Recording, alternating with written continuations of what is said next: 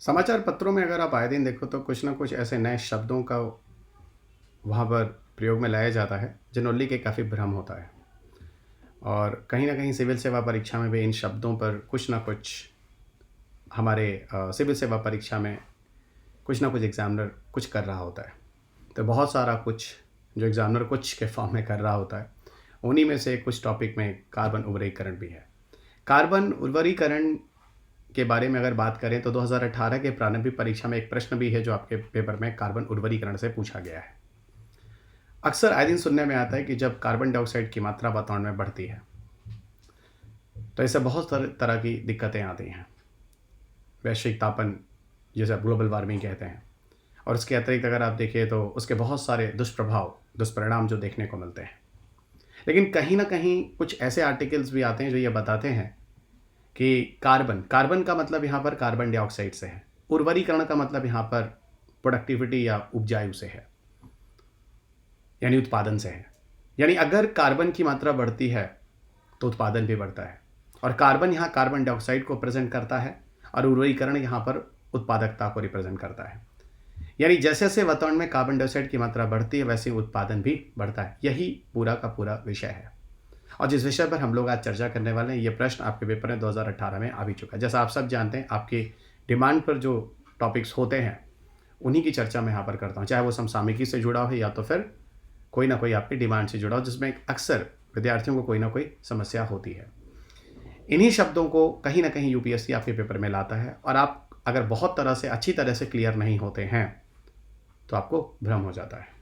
यह lesson number 55 है, और इस 55 लेसन में हम लोग आज यहाँ पर इसी कार्बन उर्वरीकरण की चर्चा करने वाले हैं। यह पूरा का पूरा यूट्यूब सेशन पे मैं आपको पर्यावरण और विज्ञान तकनीकी से जुड़े हुए जितनी भी महत्वपूर्ण टॉपिक होते हैं समसामयिकी के साथ जोड़कर यहाँ पर मैं आपको सारे लेसन कराता हूँ। आगे बढ़ते हैं। वीडियो की शुरुआत में मैं अपने बारे में आपको बता दूं, मेरा नाम डॉक्टर रवि ग्रहरी है। मैंने आईटी दिल्ली से पीएचडी की डिग्री ली है। मेरी एक संस्था है गोरखपुर उत्तर प्रदेश में पूर्वांचल आईएएस के नाम से, जहाँ पर दिल्ली के अध्यापकों द्वारा कक्षाएं दी जाती। मैं वहाँ का संस्थापक हूँ। मैं वहाँ पर विज्ञान तकनीकी और पर्यावरण की कक्षाएँ देता हूँ। 18 वर्षों से पठन पाठन का कार्य कर रहा हूँ। स्पेशली विशेषतः सिविल सेवा परीक्षा से जुड़े हुए 1000 से अधिक विद्यार्थी हैं जो इस परीक्षा में उत्तीर्ण हो चुके हैं। मेरी 2 किताबें हैं, एक विज्ञान तकनीकी तथा दूसरा पर्यावरण से प्रकाशित होती हैं। ये दोनों की दोनों किताबें मैग्रा हिल से प्रकाशित होती हैं। टेलीग्राम पे मेरा जो चैनल है वो t.me/ravi_upsc_unacademy पर मेरा चैनल है, जहाँ पर आपको पीडीएफ मिल जाएगा। और यहाँ मैं आप सबको बार बार बोलूँगा, क्योंकि पीडीएफ के अतिरिक्त मेरे जो वीडियोज़ होते हैं, जो लेक्चर्स होते हैं, उनके लिंक्स भी यहाँ पर शेयर करता हूँ। और पीडीएफ से सबसे बड़ा फ़ायदा ये है दोस्त, आपको नोट्स बनाने की आवश्यकता नहीं है। आपका अच्छा खासा समय बच जाता है। तो आप मेरे साथ अनअकैडमी पर यहाँ इस टेलीग्राम पर जुड़े रहें मेरे सारे पीडीएफ और नोट्स के लिए। अनअकैडमी पर मेरा जो प्रोफाइल है, जहाँ मैं आपको प्लस की क्लासेस लेता हूँ, और प्लस के अतिरिक्त जो स्पेशल विशेष क्लासेस होती हैं वो भी मैं आपको यहीं पर लेता हूँ। ओके, तो स्पेशल क्लासेज होती हैं वो निःशुल्क होती हैं, और प्लस की क्लासेज होती हैं पेड होती हैं। स्पेशल क्लास में जीव विज्ञान बायोलॉजी चल रही है। आप यहाँ मेरे साथ 9 बजे रात में जुड़ सकते हैं इन कक्षाओं को करने के लिए।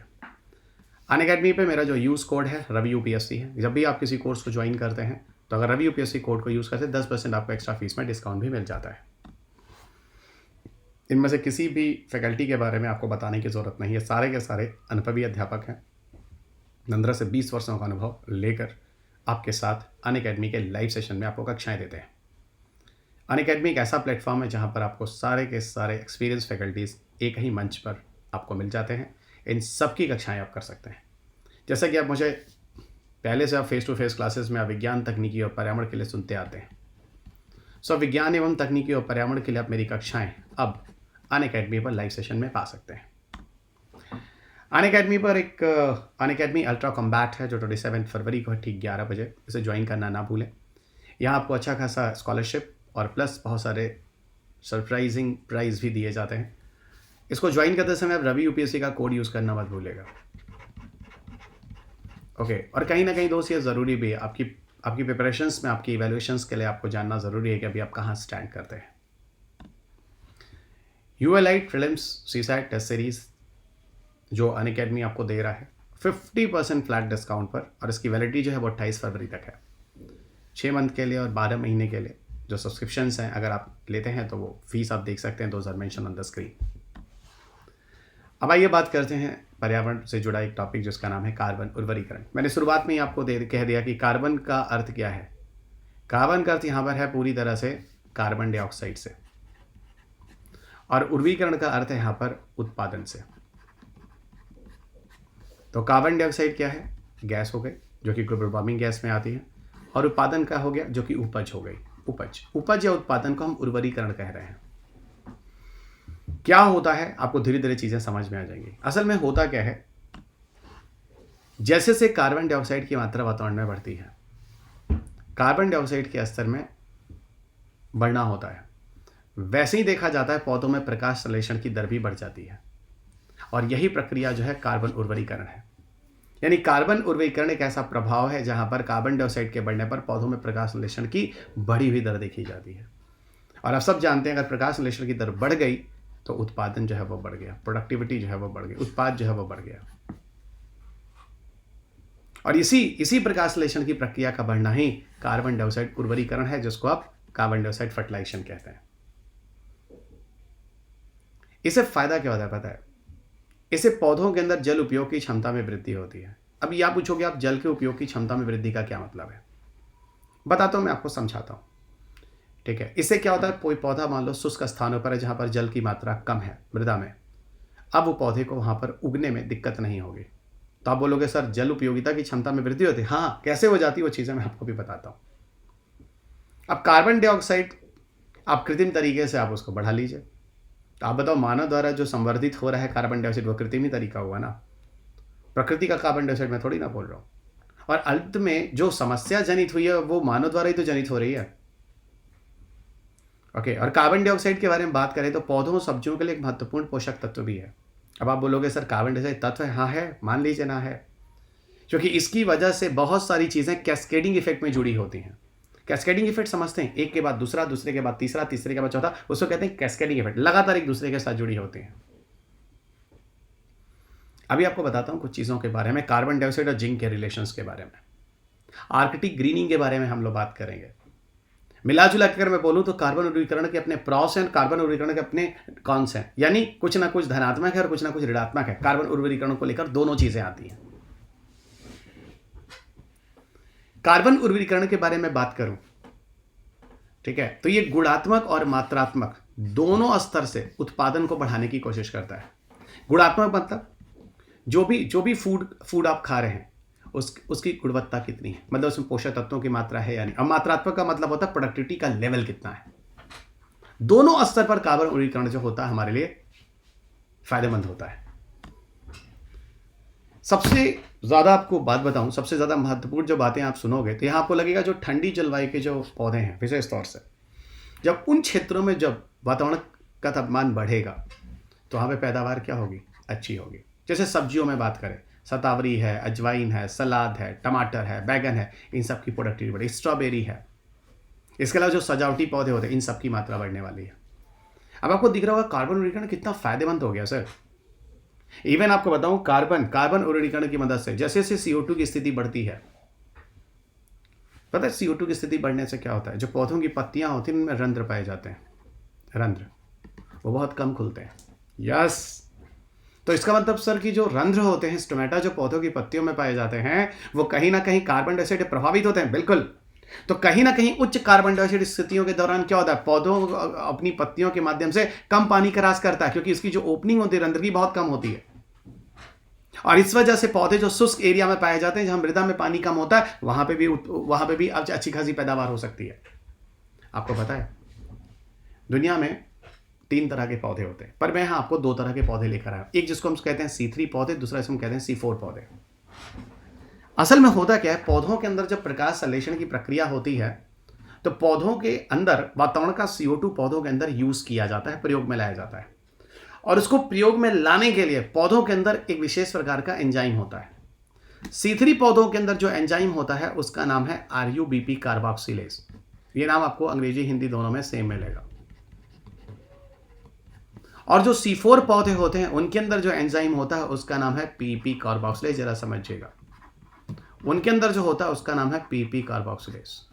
ये RUBP कार्बोक्सिलेज जो होता है वो 3 कार्बन का यौगिक होता है। और जो PP कार्बोनेस होता है वो 4 कार्बन का यौगिक होता है। जैसे आप ग्लूकोज जानते होंगे C6H12O6, ये 6 कार्बन का एक यौगिक है। वैसे ही यहाँ मैं कह रहा हूँ दोस्त, यही से ही मैं यहाँ पे कह रहा हूँ, ये 3 कार्बन का यौगिक है और ये 4 कार्बन का यौगिक है। असल में C3 पौधों में है क्या, लगभग 95% पौधे ऐसे होते हैं जो CO2 को पौधों के अंदर अवशोषित करते हैं RUBP कार्बोक्सिलेज एंजाइम की उपस्थिति में, और लगभग 5% पौधे ऐसे होते हैं जो वातावरण से CO2 को अवशोषित करते हैं, ठीक है, PP कार्बोक्सिलेज की मदद से, जो पौधे के अंदर स्वतः बनता है। अब यहीं पर मैं आपको बता दूं, RUBP कार्बोक्सिलेज एक ऐसा एंजाइम है जो उच्च CO2 की मात्रा अगर बढ़ भी जाए वातावरण में, फिर भी उसको लेकर प्रकाश संश्लेषण कर भोजन बना सकता है। लेकिन C4 पौधे अगर वातावरण में CO2 की मात्रा बढ़ गई तो वो CO2 को लेकर प्रकाश संश्लेषण कर भोजन बनाने की क्षमता नहीं रखते हैं। अतः भविष्य में अगर ग्लोबल वार्मिंग और CO2 का लेवल बढ़ता है तो C3 पौधों की उत्पादकता काफी बढ़ेगी, क्योंकि ज्यादातर CO2 लेने की क्षमता RUBP कार्बोक्सिलेज के पास है। यहीं पर अगर हम लोग उदाहरण की बात करें तो जैसे राइस है, वीट है, जौ है, बार्ली है, ओट है, कॉटन है, पीनट है, तंबाकू है, गन्ना है, चुकंदर है, सोयाबीन है, सलाद है, स्पाइनच है, इन सब C3 पौधे होते हैं। और वहीं C4 पौधे की बात करें, मक्का है, गन्ना है, पल मिलेट है, बाजरा है, सारगम है, जौ है, ये सारा का सारा C4 में आता है। यानी इनकी पैदावार कम और इसकी पैदावार होने, तो ये मत सोचिएगा कि कहीं ना कहीं ग्लोबल वार्मिंग होने से पौधों की पैदावार में बहुत निगेटिव प्रभाव पड़ रहा है। देखिए ना, यहाँ तो आपको पॉजिटिव दिख रहा है, और पूरा का पूरा कार्बन डाइऑक्साइड की वजह से उत्पादकता बढ़ा रहे हैं, तो कार्बन उर्वरीकरण के बारे में ही तो बात कर रहे हैं। और मैंने अभी आपको क्या बोला था, जब कार्बन डाइऑक्साइड की उच्च मात्रा होती है, कार्बन डाइऑक्साइड की जब उच्च सांद्रता होती है, तो पौधों की सतह पर पाए जाने जो छोटे छोटे छिद्र होते हैं, बहुत छोटे छोटे छिद्र होते हैं, वो छोटे छिद्रों को, बहुत छोटे छिद्रों को खोलते हैं। इससे बड़े छिद्र नहीं, बड़े लेवल पे छिद्र नहीं खोलते, तो पानी का नुकसान भी कम होता है। और आपको बताऊं, उच्च कार्बन डाइऑक्साइड सांद्रता पानी की कमी की स्थिति में पौधे की वृद्धि और पत्तियों में प्रकाश संश्लेषण की प्रक्रिया को भी बढ़ाते हैं। ये सब रिपोर्ट है, इसको आपको ध्यान रखना पड़ेगा। अब देखिए एक नया रिपोर्ट क्या आता है। नया रिपोर्ट आता है कहीं पॉजिटिव कहीं निगेटिव। नया रिपोर्ट क्या कहता है, आर्कटिक ग्रीनिंग। वैज्ञानिकों ने कहा भाई उत्तरी भाग में, पृथ्वी के उत्तरी भाग में वायुमंडलीय कार्बन डाइऑक्साइड की वृद्धि होने से देखा गया कि इन क्षेत्रों में पौधों में वृद्धि काफी हो गई, काफी हरे भरे हरियालियां दिखने लगी। आर्कटिक जैसे क्षेत्रों में भी ऐसा कहा गया, जिसको आर्कटिक ग्रीनिंग का नाम दिया गया। यह भी बोला गया कि अगले 50 वर्षों में जिस हिसाब से CO2 का स्तर बढ़ेगा, इस हिसाब से क्या होगा, पौधों के अंदर जो खनिज तत्व वगैरह होंगे, ठीक है, उनकी मात्रा धीरे धीरे कम होने लगेंगे, उनके अवशोषण धीरे धीरे जमीन से खत्म हो जाएंगे। जिस लेवल पे जिंक और आयरन प्रयोग में लाया जाएगा, धीरे धीरे उनकी कमी हो जाएगी। शुरुआत में तो ठीक है, कमी हो जाएगी। और ऐसा कहा जाता है कि लगभग 2 अरब की आबादी वाले देश में लोगों को अपनी 60% जिंक या लोहे की आवश्यकता इन्हीं फसलों से प्राप्त होती है। ठीक है, याद रखिएगा। यानी जिंक और आयरन पौधों के लिए बहुत ही ज़्यादा ज़रूरी है। जैसे जिंक की कमी से पौधे में खैरा नामक रोग हो जाता है, आयरन की कमी से पौधों में क्लोरोफिल मर जाता है। यानी भविष्य में इस तरह की दिक्कतें भी आनी। तो सर यहाँ आप तो कह रहे हैं पॉजिटिव है, आप तो कह रहे हैं निगेटिव है। वही बात तो मैं भी कह रहा हूँ, दोनों तरह के प्रभाव आपको पड़ रहे हैं। और यह भी कहा गया कि वैज्ञानिकों ने कहा कि ऐसा देखो, कार्बन डाइऑक्साइड के बढ़ने से जो शुष्क रेगिस्तान है, क्योंकि वहाँ पानी नहीं है, तो पौधों में पानी को लेने की क्षमता भी वह बहुत ज़्यादा होगी नहीं, क्योंकि कार्बन डाइऑक्साइड की अधिक मात्रा से छिद्र कम खुलेंगे तो लॉस कम होगा, तो कम पानी वाले स्थानों पर भी हरा भरा कंडीशन किया जा सकता है। सोचिए कितना कॉन्ट्रीडिक्टरी दिखता है ना।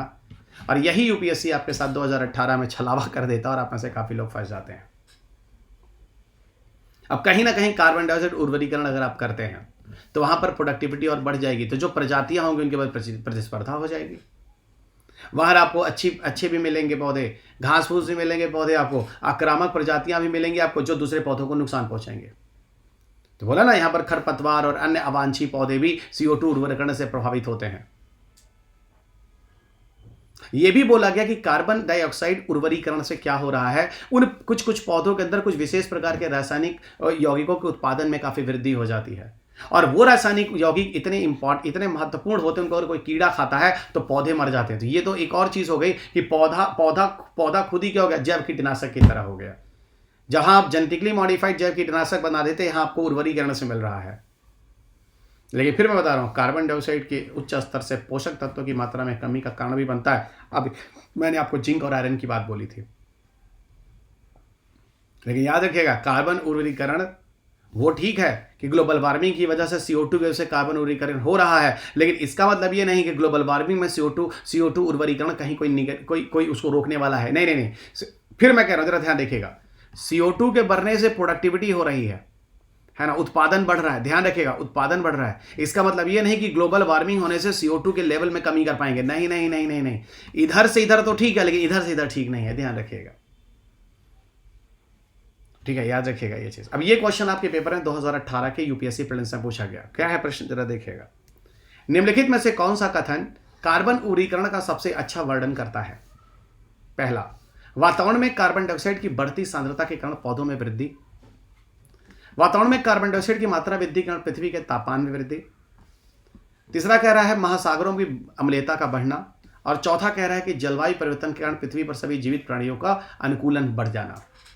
इनमें से कौन सा उत्तर सही है, नीचे आप उत्तर लिखेंगे। अंत में आपको फिर चलते चलते बता दूं, टेलीग्राम पर जाकर आप ये पूरा का पूरा PDF लेकर अपना समय बचा सकते हैं। ये लिंक है। अनअकैडमी पर जो प्रोफाइल है वो यहाँ पर है। यहाँ पर आपको मेरा पूरा प्लस की क्लासेस, प्लस के साथ आपको स्पेशली क्लासेस मिल जाएंगी। रवि यूपीएससी मेरा कोड है। कोर्स को ज्वाइन करते समय इस कोड को यूज़ करना ना भूलें।